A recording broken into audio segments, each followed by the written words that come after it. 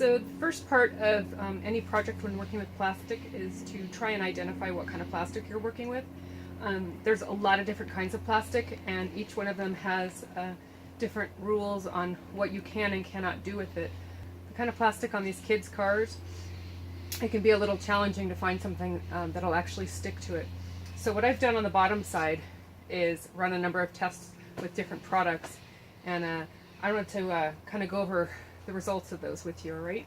I'm going to go ahead and do a close-up and show you the different samples that I've done and what products I used and sort of the analysis of which one worked the best and which one we're actually going to go ahead and use. All right, so here we go. I'm going to go ahead and do a close-up for you.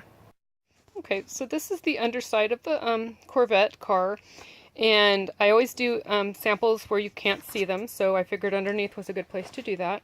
So I've got a sample here, and the sample here is actually this product right here, which is a Rust-Oleum Ultra Cover Gloss Clear, and you can see that it also bonds to plastic.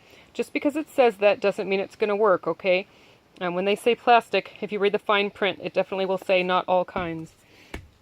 So we went ahead and sprayed it on, and then threw 3 different kinds of glitter on here. One, this is a pink iridescent. We threw a chunky iridescent, and then a fine iridescent. And I want to show you, this has been over 24 hours. It should be completely dry. And this is my nail. And you can see that even though it says bonds to plastic, it's coming right up. Okay? And here. Okay. So that's why we test, is because even though it says right there, bonds to plastic, that's what we got. Okay, so that's why we test. So we're going to move on to the next panel, which is over here. And in this panel, I did 2 different things.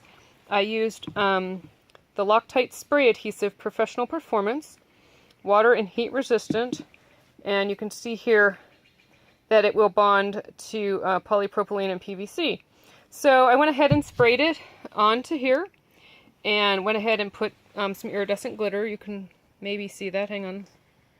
See if the camera will focus. There you go. You can see the iridescent glitter there. And then I sprayed it over the top with this product here. Let me grab it. With this product here, Krylon Color Master Acrylic Crystal Clear Cover Max. And you can see metal, wood, plastic, and more. Okay? So I went ahead and put that over the top. And here we go. Here's the test. Pretty good. But you can see it's still chipping up a little bit. But a whole lot better than the last one. So that's not bad. Now, the drawback is, you say, oh, well, that's pretty good. The drawback is when you spray this stuff, it comes out like a spider web, and it actually adds a slight texture to your plastic. And we have a very nice shiny Corvette right now. And if I go spraying on something that looks like a spider web, you know, that's going to kind of damage the look of it all. And so that's not necessarily ideal. So I'm not 100% sold on that method because of the looks, but I am pretty happy with the fact that it's stuck. So, you know, maybe in some project you're doing where you don't have a glossy, you know, pink Corvette, maybe that'll work for you, but it didn't work for us. This here is a Mod Podge test that I did. I know everyone loves Mod Podge and they want to turn to it for everything. As you can see, it just peels right up. So Mod Podge on plastic with glitter, not going to work for you. So I knew that knowing that would happen, but people don't always believe me. So I thought I would go ahead and do a sample for you. And you can see that it completely didn't bond whatsoever to that. Okay, so there's one last test here. And it's right here in this little panel here. Okay, right here. That panel right there was sprayed with this product, Rust-Oleum High Performance Wheel. And it's kind of an interesting thing, but it says ideal for metal and plastic.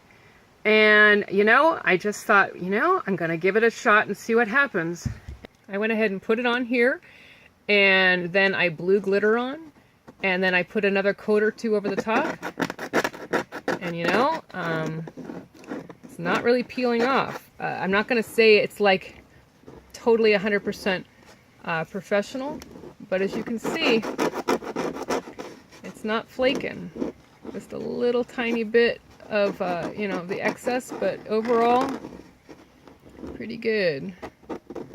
And that's just less than 24 hours. So I think we're going to end up going with, believe it or not, Rust-Oleum High Performance Wheel, which is obviously made for cars and stuff, and it's more industrial, which is why I gave it a shot. And sure enough, it's looking like it's doing the trick. And the best part about it is, I don't know if you can see this, but the glitter is beautiful, and it's nice and glossy, and it really kind of looks like, you know, a professional job.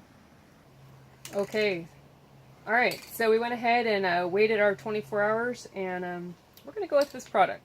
So this is the Rust-Oleum High Performance Wheel. I'm not going to tell you that it comes out perfect, like, you know, as if it came from a professional factory, but it's really close. Unless the child goes and, you know, purposely tries to scratch it off, you know, it should be good enough. I would recommend doing 2 and 3 coats of it, and your first coat should be pretty heavy because it's going to be used as the adhesive for the glitter. So what I'm going to do first is go ahead and remove any part that's removable. So parts that come out, steering wheels, dashboards, you know, anything that'll come out, I'm just going to be taking off of the car. Sometimes when you're working with children's toys, they can easily break because they're plastic. So, you know, be patient, take your time, and if it looks like it's going to break coming out, just leave it in and tape around it. Okay, the taping is finally done, the plastic's all on, and the last thing is to clean the heck out of the surface of this thing. If this is a used toy, you need to make sure that all oils are off. So there may be, you know, children playing and they've touched this thing and it's got oils on it. You gotta get that off. One way or another, you gotta wash it till it's gone. If there is anything on here, now is the time, because whatever you put the sealer on, it either may repel, and then you'll have, you know, a lacquer or an open area where there's no glitter, and it'll look terrible, or it'll flake off later. So now is the time. I've gone through and very, very carefully cleaned this entire thing. If you are using water to clean it, make sure there is no water left on here, no moisture. Let it sit, put it in the sun, whatever it takes. Don't let there be water on this, because when you spray on it, it will not stick properly. And, you know, if you've gone to the trouble of masking, taping, and purchasing, and all the 9 yards, you do not want to have water on here when you go to spray. So once you've got it all done, clean it again. Right now, it's been sitting about 5 minutes. I'm still going to go and make sure that all the dust's off one last time before I spray. So if I haven't gotten anything else across to you, please clean surface and dust and clean and dust and clean, and then immediately spray. Okay, so here we go. Okay, the final dusting is done. I got my spray can. We are outside. The tent is open. And I'm going to go ahead and spray this thing. I'm going to use the blow method to put the glitter on, because I want it to be very even and very fairy dust-like. There's lots of different methods to apply it. That's the one I'm choosing. If you were inside and had to wear a respirator, not so good, okay? But in our case, outside, here we go. Putting it on nice and heavy, but no drips.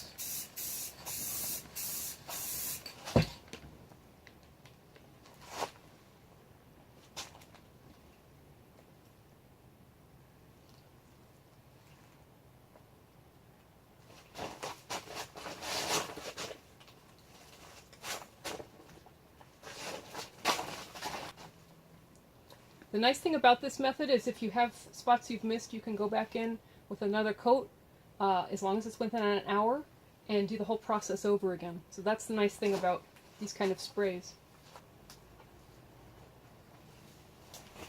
Definitely want to do small sections at a time. This stuff dries very quickly, especially if it's warm out. Today is a perfect day. It's about 70, 75 degrees. It's drying perfectly. But if you're up there in the 80, it's going to dry really fast. Do very, very small sections. And I would recommend, when you first are using it, to spray somewhere else first other than your piece, so that you can understand. When I first sprayed this on my test, it dripped. because I wasn't used to the consistency. So I went ahead and sprayed it somewhere else and was like, oh, okay, I got to hold the can about right here. I got to only hold it, you know, spray this much, yada, yada, right? So test first. Don't just go onto your beautiful pink car and just start spraying and then go, oh no, paper towels. Test, test, test. Okay, I've gone over the whole car with the Ultrafine. I use Glitterati Rainbow. I'm now going back and I'm using Magellan Spark in the 040 Chunky as an accent. So I've laid down a pretty consistent coat of the first one, the Ultrafine. And now I'm just doing very light accent pieces on the Chunky because I know that kids really like big bling. So I think the big, they'll love. At this point, it looks pretty even. The flakes are pretty much laying down where they should be. It's now time to do 2 seal coats over the top of this. I'm going to probably end up using the rest of this because I know that it's sticking. I'm going to go ahead and show you right here. Can you see where it's starting to pull away the sealer because of the tape? That's what I'm talking about. You got to make sure you knock it down so that when you peel it, you're not hurting your finish.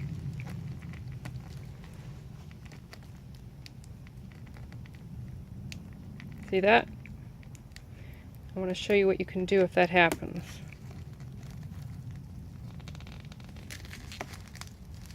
Okay, so if you have something like this happen, what you can do is just strip it away until you're back to a part where it's better attached. And then you can go ahead and respray and re-glitter, and you won't be able to tell that that occurred.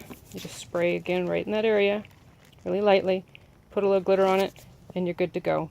Okay, so I have removed the masking tape, and I have put the parts back on, the fenders, the spoiler, the seat, all that good stuff is on now. And now this is the hardest part, okay? You ready? You have to do nothing for 7 days. This car cannot do anything for 7 days. That's right. Your kid cannot play with it. You cannot play with it. You got to let this finish cure for 7 days. If you don't, it's probably just going to peel right off. Your only chance of it actually working is if you do nothing for 7 days. And then at that point, you still have to hope. Spraying on plastic is just that difficult. It is really just, it's just almost impossible. But if we give this 7 days and we come back, I bet you it's going to work. I can just tell from looking at it and the type of hardness that it is right now. Like I can fully touch it and it's only been 24 hours.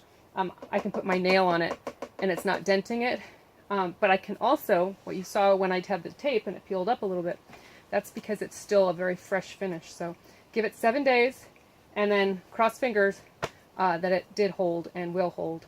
I don't know if you noticed, but I didn't put glitter on the inside of the car. And the reason why is because children are going to be climbing in and out of it.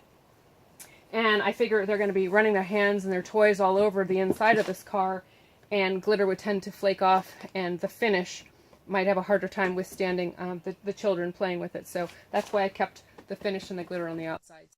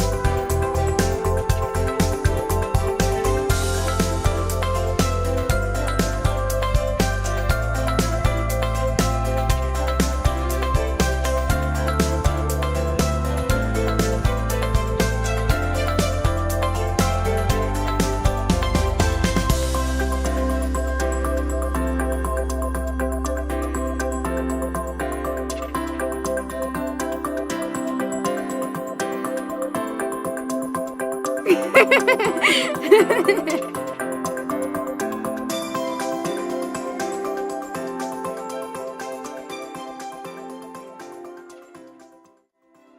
not going to tell you that it was, I'm not going to tell you that it comes out looking, I think I ate a fly.